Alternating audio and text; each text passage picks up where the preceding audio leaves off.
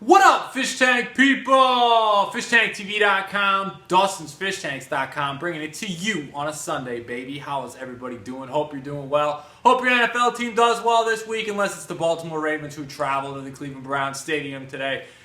Come on, Brownies, let's go 2-0 at home for the first time in a long while. So here's what's going on. I want to talk today about a fish, and I was thinking, what's my number one fish? Like, if I had to pick one fish, like numero uno, and I love a lot of fish, folks, what would be the one fish? You can't pick any others, you got to pick one. And that fish for me is angelfish. I've kept angelfish for a long time, probably like 10 years pretty consistently. In fact, I didn't even put any other angelfish in this tank until the bad boy I had for 8 years finally passed on. So, Species Sunday, I want to talk about angelfish today. So, angelfish, we're going to be talking about them. They come from all over South America, the Amazon River Basin. The name Petrophyllum, scientific name is Greek for petron, which means like fin or sail, and then phylum, which means leaf. So obviously the tall fins, you get the name. They're part of the cichlid family. They've got that aggressive behavior. Look, they're community fish, but they are a little bit more aggressive. I like them because they got that graceful look, but they don't take any shit. So I've always thought that was cool.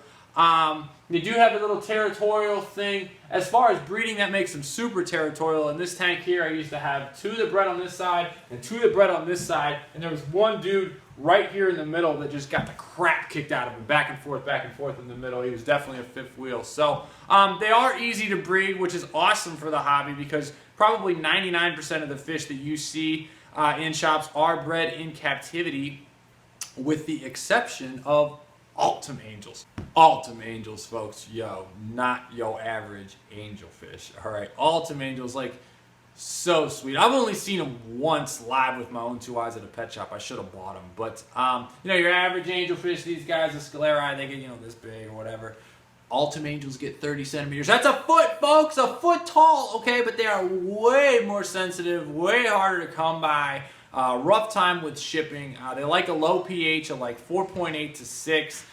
Very little hardness in the water. I've been told when you first get them, to keep a little light flow underneath them, kind of keeps them upright, keeps them rolling. I actually, the one time I saw a really sick tank of this, Jeff and Mike Sensky of the Aquarium Design Group out of Houston did this tank you're seeing here. I actually called him up. I spoke to Mike, and he said that they're doing really well feeding them live blackworms and then using a lot of driftwood to keep that pH low. So, yeah, they come from Colombia and Venezuela, where they occur in the upper Rio Negro and the Rio Orinoco, and these rivers right here. I'm not even going to try to pronounce how you say those, though. So, drop me a comment. Let me know what you know about ALTUM Angels. I think they're so sweet, okay? There are a couple other varieties of angelfish, however. There's the Petrophyllum leopoldi, which you don't see very much. And then, of course, there's the scalari. And then of the scalari, you've got, you've got gold angelfish, you've got blushing angelfish, you've got pearl scales, you've got black veiled, you've got silver, you've got koi. I've even seen a red variety of them. So there's all kinds of different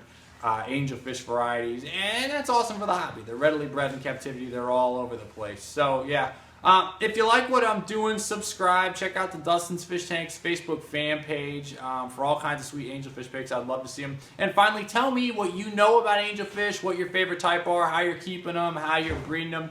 Make it an awesome week and tank on. Later.